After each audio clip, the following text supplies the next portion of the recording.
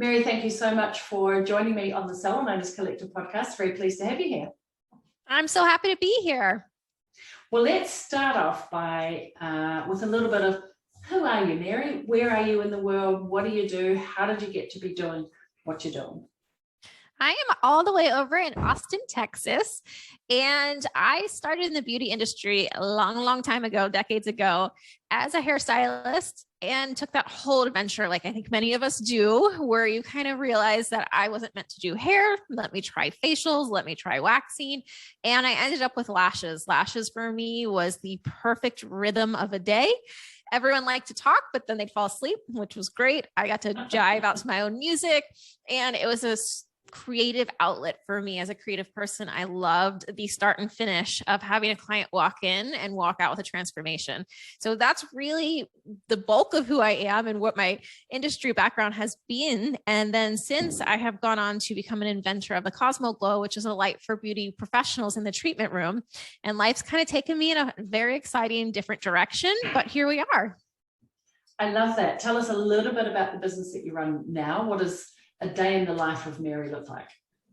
Never the same. It's great. I have an amazing team. We do a stand-up every day at 9 a.m., kind of going over, here's what we're tackling for the day. I switched directions. I went from being in the spa industry, and I always describe it as when you have a salon, you control everything. The music that's played, the scent that's smelled, how you answer the phone, how you book your clients' expectations and their treatment style, everything. And I switched into manufacturing, and you control nothing.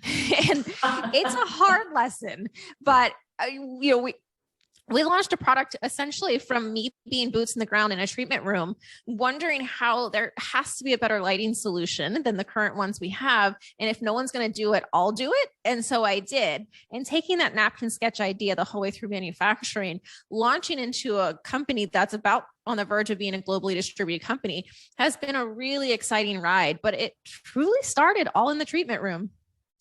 I love that. So I want to explore some of the lessons, both being a stylist and then becoming a business owner, and then now being a business owner of a different kind. I feel like a little bit, this is a similar journey to me. I also started as a stylist, and then I had my salon. I had a team of 30, and when I sold, and now kind of serving the industry, it's a completely different ballgame, but it's super exciting. So I want to hear, like, what are some of the lessons that you've learned, and maybe lessons that cross over to both businesses, because there certainly are some universal ones. And when I asked you this before, I know one of the things that you were like, it's got to be about the team. Don't be afraid to hire. Don't be afraid of team. So tell me a little bit about that and what your experience has been, and like what is the message here for our owners listening? Well, I think it's something you go into these industries as a skill provider, right? As a service provider, but it's because you're good at a skill and you really are passionate about it and you're really enjoying it. And you're finding whether it's hair or lashes or skincare or whatever it might be tattooing. There's a reason you're doing it. And it's because you're so passionate and you love what you do. And it's really rewarding and fulfilling. And there's a very thin line between being really good at what you do and being a great business owner. And I think a lot of people think skill will get you there alone. And that's simply not true. Skill can get you on the way started, but it will not take you the whole way through. There's a lot of lessons to learn. And along that way, one of the most important lessons to learn is you're only one person and you can only do so much. And if you truly are a gifted stylist or tattooist or anything, you're going to fill up. Your books are going to be completely full and you're going to have this amazing business and you're going to run yourself ragged because everyone wants time with you. And usually you're a caring person that you want to give the service to them, even if it's at 8 o'clock, 9 o'clock at night, or you come in on a Saturday. And I think understanding how to have a staff is something a lot of people don't really acknowledge because they're so happy just to work by themselves. But what it really allows you to do is be a better service provider because you can take the clients that you want. You can take your favorites. You can take your most loyal, however you want to break it down. Maybe you take the new ones, who knows? But when you allow a staff and you can grow them and you can train them, and also they have different skills and different areas of expertise than you will. And you guys work together as a team. Now you're running a whole business instead of you being employed for yourself. You're running a business. And when you run a business, you're allowed to leave. We're trying to be a solopreneur around holidays and tell me that you're going to go take a month off. It just isn't reality. But when you have a business and you have multiple people working underneath you, you can structure it that you're allowed to leave for the holidays, that you have time to go enjoy your Saturday and Sundays, that you can go happy hour with your girlfriend or meet up with someone for lunch. It's now allowed and it's almost expected to a certain point. So I think the lesson is, as much as you're confident in yourself and you do a great job as a stylist, it's not a bad thing to add in a staff and allow them to build the business for you. Yeah. Yeah, I love that. And I do agree. One of the things I'm fully aware of, if you're going to do that, is knowing your numbers. Like if we're going to be able to afford to pay people and for people to do the work, knowing what I see often, especially for solo operators, is we don't really need to keep an eye on the numbers. Even one team member, we can get away with kind of just winging it a little bit. But at some point that changes, otherwise it can go south pretty quickly. I observe often about the 2 or 3 team members, and suddenly it's like, oh, what worked doesn't work anymore. So talk to me about, from your perspective, what are the most important numbers we need to be tracking? Yeah. I think all the numbers. To your point, when you are a solopreneur or you have 1 or 2 staff members, your main goal is just bring in more than goes out. As long as we're bringing in more than we're spending, we're making money, and then we're good. But that does all change. And what you really have to break it down is, I always tell people, like, take all of your numbers, everything you spend money on, and put it in an Excel sheet or a spreadsheet, or honestly, just write it on a notepad. But count everything. How much do you spend on supplies a week? How much do you spend on a month?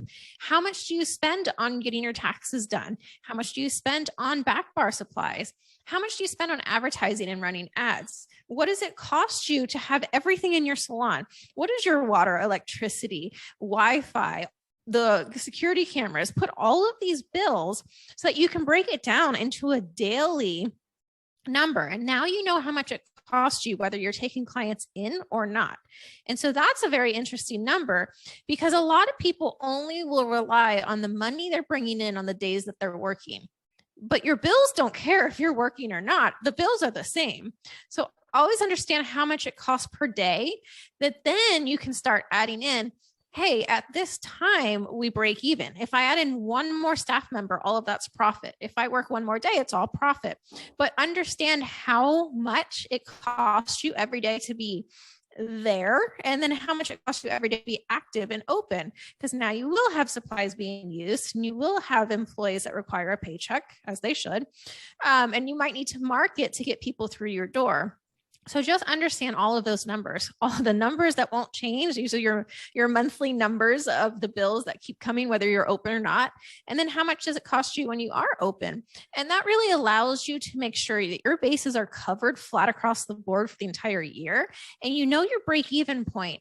And it helps you understand if you should add more staff or maybe market better to the ones you have. Maybe your books need to be more filled as opposed to hiring more people. Maybe it's, let's get everyone's books as full as they can. So it just gives you a really good insight to where your business is. What I love about that, Mary, is the simplicity of, there's 2 numbers you need to know. What does it cost whether you're open or not? And what does it cost when you are open? Because they're different numbers. One is fixed, one is fluctuating. And then boiling it down to a daily number. Like, you can't keep it more simple than that. And now you've got your eye on the ball, and you know whether or not you can spend more or whether you need to market more. Absolutely. I mean, look, your biggest one is probably your rent, right? Your rent doesn't care if you're open or not. It's a steady number. But let's say you want to cut your schedule back, and instead of working 6 days a week or being open 6 days a week, you want to do 4 days a week. Well, those 2 operating numbers are different at that point, because that base number doesn't change, but the amount you need to bring in on the days you're open will vary between 4 days and 6 days. So it really allows you to be the pilot in your own business and navigating what decisions you need to make sure that you are as profitable as you want to be. So to your point, you mentioned, like, we can either know that we can afford to spend more, or we need to cut our expenses back, or we need to do more marketing to bring in more clients or to get the existing clients to come back a little bit more. So to your point of marketing, what are the most, because often operators don't have a lot of time to do the thing. So we have to narrow down of the available time that I have, which is typically not very much. What are the most important things to do? So if we're thinking about marketing, what are the most important things to think about? The first one that ever comes to everyone's mind, obviously, is social media. Use that as a tool. It shouldn't rule your life. You shouldn't feel like you're a slave to it, but use it as a tool. Email blasts are amazing. Collecting people's emails. These are incredibly powerful because people may live 2 blocks away from you, and maybe they came to a grand opening party you had, but they really have never visited since. And they get that email on the same day that they're looking at their skin going, oh, God, the holidays are coming up. I just feel like I need a really good facial. And an email comes in, hey, here's this special we're doing, or have we mentioned our specialty facial that we do? We also have this line of products. All of this stuff comes to mind. And that client goes, oh, wow, okay. I've been walking by them for 2 years, but I'm going to book an appointment. So you never know where that email blast will land, but the return on investment is usually pretty strong. And it's always a good idea to book those appointments. And the other thing is never stop marketing.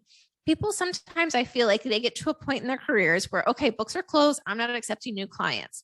And I often kind of sit back and scratch my head. There's 2 ways to look at that. You're on cruise control. You figured out what worked for you and good for you. The other one is what happens when it stops working. It might be that you're fully booked now, but people move. People stop getting services done. Their paychecks can be changed all of a sudden. People have babies and their time is much more limited. They might have multiple children that just started school again. So it's almost like putting all your eggs in one basket when you say books are closed, not accepting a new client. Because a client might look at that page and go, oh gosh, this is adorable. This is a cool place. She carries the skincare product I like. I really want to visit her. I'll book an appointment. Oh, not accepting new clients. Okay. And then you're written off. And usually it's pretty much you're written off forever because they've already decided that you're not an option anymore. We're saying, please pre-book. I fill up in advance. At my lash salon, there was a 6-month waiting list. I would book out 6 months at a time with people saying, can I please get in? That's very different than saying, I'm not accepting new clients, because everyone has a late minute cancellation. I'm not going to be able to make my full set tomorrow. So sorry for the short notice that this came up. You know what? That's not a problem. I'm going to call somebody and say, my books just open up. Can you make tomorrow at 2:00? I can. Awesome. I will see you there. And it allows you to make sure you never have gaps in your schedule. And when it comes to money, you really don't want gaps in your schedule. You want your books to be as full as possible, and keep a waiting list. Keep people in the loop. Let them know, hey, I currently am so full, I'm not taking new clients, but as soon as I can, I'll reach out to you. And if you have a staff, this is where your staff comes in. I'm not currently accepting new clients, but I've trained someone who is, and they're amazing. They're awesome. I highly recommend you book an appointment with her. And if you love her, stay with her. If not, as soon as I have an opening, I'll transfer you to me. And you know what happens? They don't ever transfer back over. By the time that happens, they've already invested in the person that you recommended. And now you just built that whole extra leg of income under your business by having a staff and filling her books, or him. I love that. I feel like there's so much gold in there I want to recap because there were some really key takeaways. All right. The first key point here was don't be afraid to hire, actually leveraging yourself, your time for your future by building a team underneath. And ensure that you know your daily break-even number. When you've got focus on that number, that gives you power, that gives you clarity. It knows when you need to market, which is always, and when you need to cut back. That number gives you power. We talked about email marketing. Look, we all know to do social media. We all do social media mostly, hopefully. But the most powerful one, to your point, Mary, was the email blast and making sure we're in front of our audience all of the time, because we don't know when that is going to hit the right person at the right time, just at that moment. And then the last key tip really was run a wait list. never be closed, always be open, but there's power, and this kind of creates a little bit of FOMO too, right? I want to be part of this, I want to be let in, and it means that you've always got a list of people when you have a last minute cancellation to always be full. You're not missing out. Well, and to add to that last part is when you have a wait list and your clients are aware that you are that booked, they rarely will miss an appointment. I mean, it has to be something, an asteroid came down from Earth and I have to miss that appointment. If you're just lackadaisy about it, they're more likely to be the person that's like, oh, I knew I had that appointment, but I was at happy hour and I didn't want to leave. So I missed it, but can you schedule me in this week? My clients got to a point where it was, if you accidentally missed or overslept or anything with an appointment, I physically may not be able to get you in for the next month or two. I'll try my best because I have a relationship with you and I am a workaholic, so I don't mind staying late. But it also was a very stern lesson for them of, hey, you can't just slide back in my schedule. And next time that they would come in, I would always say, I understand things happen. It's cool. Everyone has a life. No problem. Moving forward, I think you should find the best time that works for you. And let's go ahead and book you out for the next 6 or 7 appointments so that you always have a time that works for you. And you can plan on always being here so that we don't have to do this again. And it worked. Yeah, for sure. And I think actually scripting that language and getting really clear with firm, fair, kind, with a heartbeat, but super clear and firm, is really important. And if it works, share it with your team that you want them to be able to do the same. Mary, I know you've got a great quote. I would love it if you would share it with us. I have a great quote from Vivian Green. Life isn't about waiting for the storm to pass. It's all about learning how to dance in the rain. And I think that applies to so much. First being COVID, we all went through it. We all went through it very differently, but we all went through it.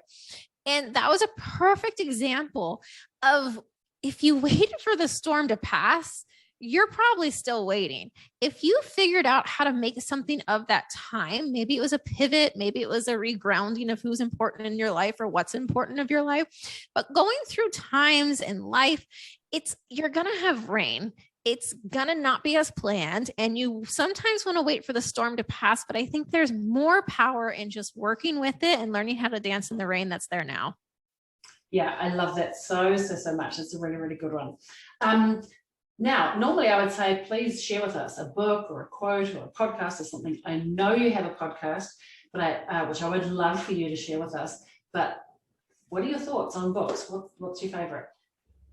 I don't have a favorite. I am obsessed with books and entrepreneur books mostly because I think there's so much power and value in these books. If you're struggling, maybe it's your first time as a leader, you've never led a team before. There's so many books on people that have done it so well and perfected it. And they write books and it's like giving cliff notes. Here's what you do. And it's vetted and true. And you're taking their entire experience and handing it to you in easy to read pages. So whatever you're going through, whatever your shortcomings are or something you're struggling with, or maybe it's something that you find that really builds you up. When I read this, I get really excited. Maybe you need that little dose of creativity or just understanding how things work. I can't really pin it to a single book. I just always believe in always learning and always growing every day. For sure. I love that. I always have a book next to my bed, something on the go that I can grab at any given moment. But I also am a podcast listener. So why don't you share with us your podcast so we can come along and listen? I'd love that. My podcast is called Ready, Set, Glow, GLO, like my brand Cosmo Glow. And it started as a journey. I used to be in the treatment room with people all day. So I was able to get that conversation in my room. Moving into a different gear where now I'm in an office building and I don't deal with clients every day, I was missing the conversations. But what I learned is through building a brand and taking this pivot, everything that you see has a story behind it. And I want to know what that story is. How did it start? Where did you get the idea? What made you want to do it? What advice do you have for others that want to do the same thing? And it just becomes a really great conversation, which can reach to entrepreneurs, people that have brands, idealists. Most of us are very creative people, so our minds are always thinking about something different. And just hearing that we're not that different from the people that have done something really cool, it's nice to hear the backstory of where it all began. Yeah, I love that. Where can we find it? What's your podcast address? Otherwise, we'll put it in the show notes of this episode. Yep, it's Ready, Set, Glow. I'm not sure if it has an address, but you can find it at my website, which is maryharcourt.com. Yeah, perfect. All right. Well, that was my next question. Where can we find you? maryharcourt.com is where we will find you. And on Instagram, I'm always there as well as Mary Harcourt. And if you want to check out my product, it's thecosmoglow.com. Amazing. All right. Hey, I really appreciate this chat today and some good insights, some good takeaway tips, easy things to action. It's been great. Thanks, Mary. Yeah, thank you so much for having me.